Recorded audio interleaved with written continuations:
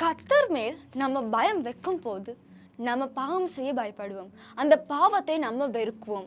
ஏன்னா கர்த்தர் மேல் வச்சு நம்ம வாழும் போது கர்த்தருக்கு பிரியமானதை மட்டும் தான் நம்மளோட வாழ்க்கையிலே நாங்கள் செய்ய போறோம். இன்னைக்கு பார்க்க போற வார்த்தை தான் யாத்ராகமம் 20ஆம் அதிகாரம் 20ஆம் வார்த்தையிலிருந்து.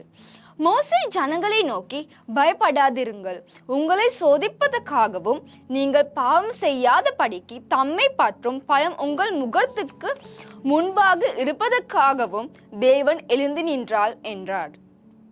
ஜனங்கள் தூரத்திலே நின்றார்கள். மோசே தேவன் இருந்த கார் மேகத்துக்கு சமீபமாய் சென்றார். இனி பாருங்க, அந்த இஸ்ரவேல் ஜனங்கள் எங்க இருந்தாங்க? தேவனுக்கு முன்பதாக இருந்தாங்க, தூரத்தால் தான் இருந்தாங்க.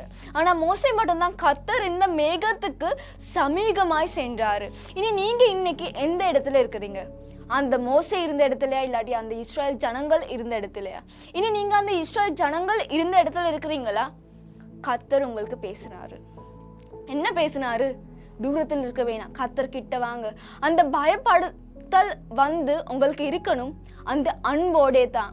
ஏன்னா சில பேர் என்ன நினைச்சிருக்கிறாங்கடா, கர்த்தர் அது செய்ய வேணாம், இது செய்ய வேணாம், இது பாவம் அது பாவம்னால கர்த்தரை வெறுத்துட்டு பாவத்துல பின்னாலே அடிமையாகி சாத்தானுக்கு கீழாலே சென்று இருக்கிறாங்க.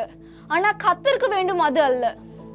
இன்னைக்கு நீங்க எந்த இடத்துல இருக்கிறீங்க? கர்த்தருக்கு பிரியமானதை செய்யுங்க. கர்த்தருக்கு பயப்படுத்தின வாழ்க்கையோட கர்த்தருக்கு பிரியமானதை மட்டும் செய்யும் போது நீங்க ஆசீர்வாதமாக வாழ போவீங்க. இனி கர்த்தர் தாமே உங்களை ஆசீர்வதிப்பாராக.